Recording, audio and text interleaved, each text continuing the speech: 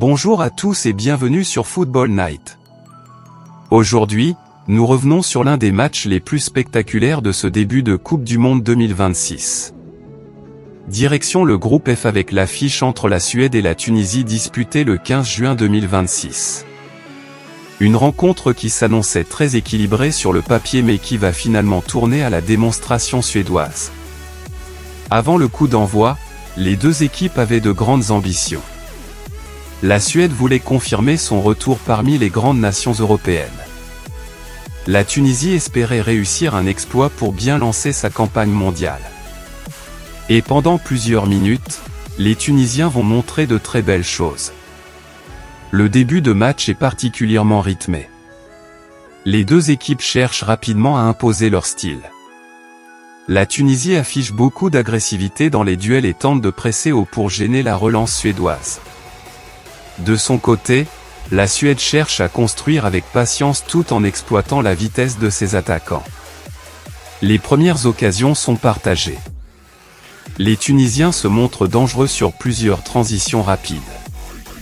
Mais progressivement, la qualité technique suédoise commence à faire la différence. Les Scandinaves monopolisent davantage le ballon. Le milieu de terrain prend le contrôle de la rencontre. La circulation devient plus fluide. La défense tunisienne est obligée de courir après le ballon. Et c'est précisément à ce moment-là que le match commence à basculer. La Suède ouvre le score après une séquence collective parfaitement construite. Cette ouverture du score libère complètement les joueurs suédois. La confiance change de camp. La Tunisie tente immédiatement de réagir. Pendant quelques minutes, les Aigles de Carthage retrouvent de l'intensité. Ils parviennent même à se créer plusieurs situations dangereuses. Mais le manque de précision dans le dernier geste les empêche de revenir rapidement au score. Tactiquement, un premier problème apparaît. Le bloc tunisien commence à se couper en deux. Les distances entre les lignes deviennent trop importantes. La Suède exploite parfaitement ces espaces. Chaque récupération de balle devient une occasion potentielle. Avant la pause, les Suédois accentuent leur domination. Ils contrôlent le rythme du match. Ils remportent la majorité des duels. Ils imposent leur puissance physique. Et surtout, ils affichent une efficacité impressionnante devant le but. À la mi-temps, la Tunisie est déjà en difficulté. Mais le plus dur reste encore à venir. Au retour des vestiaires, les Tunisiens tentent de réagir. Le sélectionneur demande davantage d'agressivité et un pressing plus haut. L'intention est bonne. Mais cette stratégie ouvre encore plus d'espace derrière la défense. La Suède ne va pas se faire prier. Les contre-attaques deviennent extrêmement dangereuses. Les Scandinaves exploitent parfaitement chaque erreur adverse.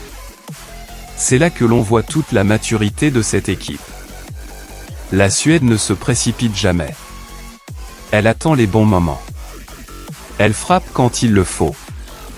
Et elle fait très mal. Les buts s'enchaînent. À chaque offensive, la défense tunisienne semble de plus en plus dépassée. Les latéraux souffrent énormément.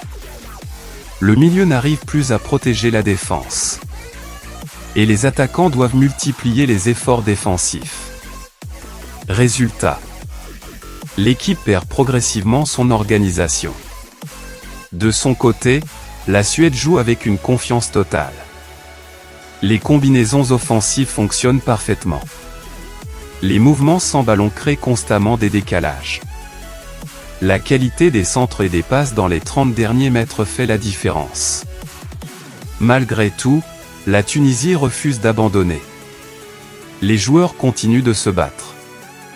Ils parviennent même à inscrire un but qui redonne un peu d'espoir aux supporters. Pendant quelques instants, on pense assister à une réaction. Mais la Suède répond immédiatement.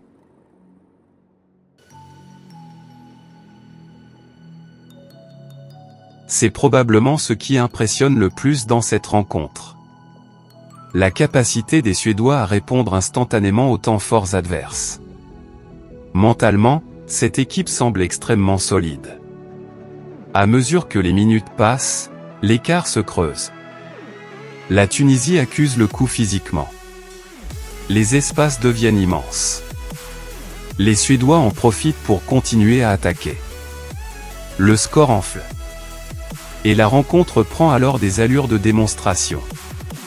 Le coup de sifflet final met fin à un véritable récital offensif. Score final. Suède 5. Tunisie 1. Une victoire éclatante qui place immédiatement la Suède parmi les équipes les plus impressionnantes de ce début de Coupe du Monde 2026. Mais analysons maintenant les clés de cette rencontre. Première clé. L'efficacité offensive. La Suède a transformé une grande partie de ses occasions. À ce niveau de compétition, c'est souvent ce qui fait la différence. Deuxième clé. La maîtrise tactique. Les Scandinaves ont parfaitement identifié les espaces à exploiter. Ils ont constamment mis la pression sur les points faibles du bloc tunisien. Troisième clé. La supériorité physique. Au fil du match, la Suède a semblé plus fraîche et plus puissante dans les duels. Quatrième clé. La gestion émotionnelle. Même après le but tunisien, les Suédois sont restés calmes et ont continué à appliquer leur plan de jeu. Du côté tunisien, plusieurs axes d'amélioration apparaissent. L'organisation défensive devra être corrigée.